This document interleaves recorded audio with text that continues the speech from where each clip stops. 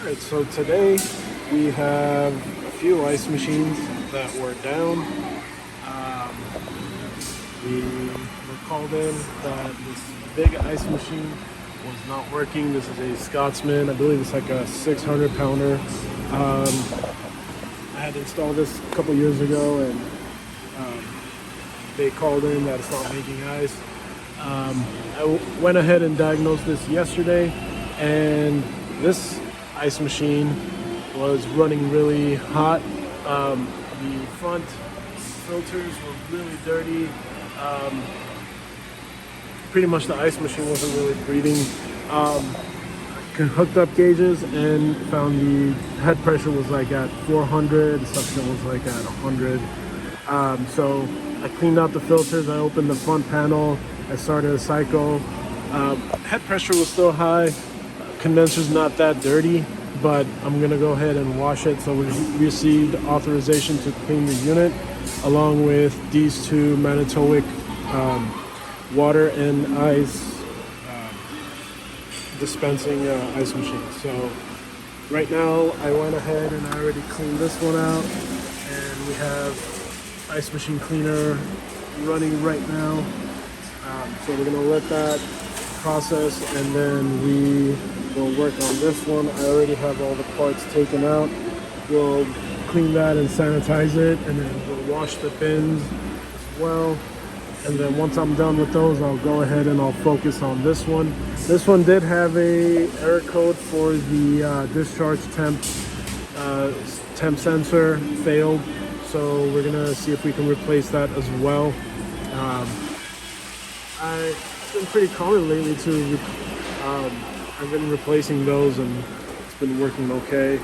I accidentally triggered this, it came out, and the ice machine stopped, and I believe there's like a 20-minute delay. So once that gets back on, we'll continue on with the cleaning on that one. And then this one, again, we have the parts out. We'll go ahead and clean it all out with the ice machine cleaner, and then we'll run an ice cycle with the cleaner running through the reservoir. So now we've got this one cleaned out. It's about to start an ice production, so we can run it with cleaner in the reservoir. Just waiting on that process, and then we'll finally move on to the bigger Scotsman ice machine. Alright, so we cleaned out this big boy. I washed out the condenser coils in the back. So once it's done going through the cleaning cycle, we'll go ahead and run it with sanitizer, and then we will test the unit out. Hopefully washing the condenser, cool it down a little bit better. But again, it's about 95 degrees in this facility here. So yeah, that's where we're at. I'm ready to do this job, and then we'll go from there. Got some minor dust here and there we gotta clean out too, and working on this currently. So let's let it run, and then we'll go from there. Alrighty, so we are done with these machines, with these as well.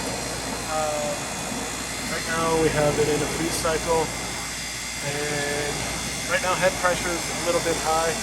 Checking on my gauges, head pressure is like at 365. Not where it's supposed to be, but again, this facility is extremely hot right now. It's about close to 100 degrees, and these are not made to operate at those high temps. So customers aware. I told them that, hey, the ice machine may not work as good as it's supposed to be because of this high temperature. It's really hot in here. It's not ideal to be in this location, but this is where it is right now. It's on a dispenser.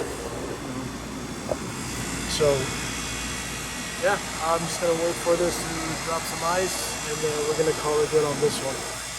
So until the next one, if you guys like the video, give it a thumbs up. If not, give it a thumbs down. Subscribe if you're interested in seeing more ice machine videos. gauges every here and there, once a week, twice a week. Your support's really appreciated. Thank you. On to the next.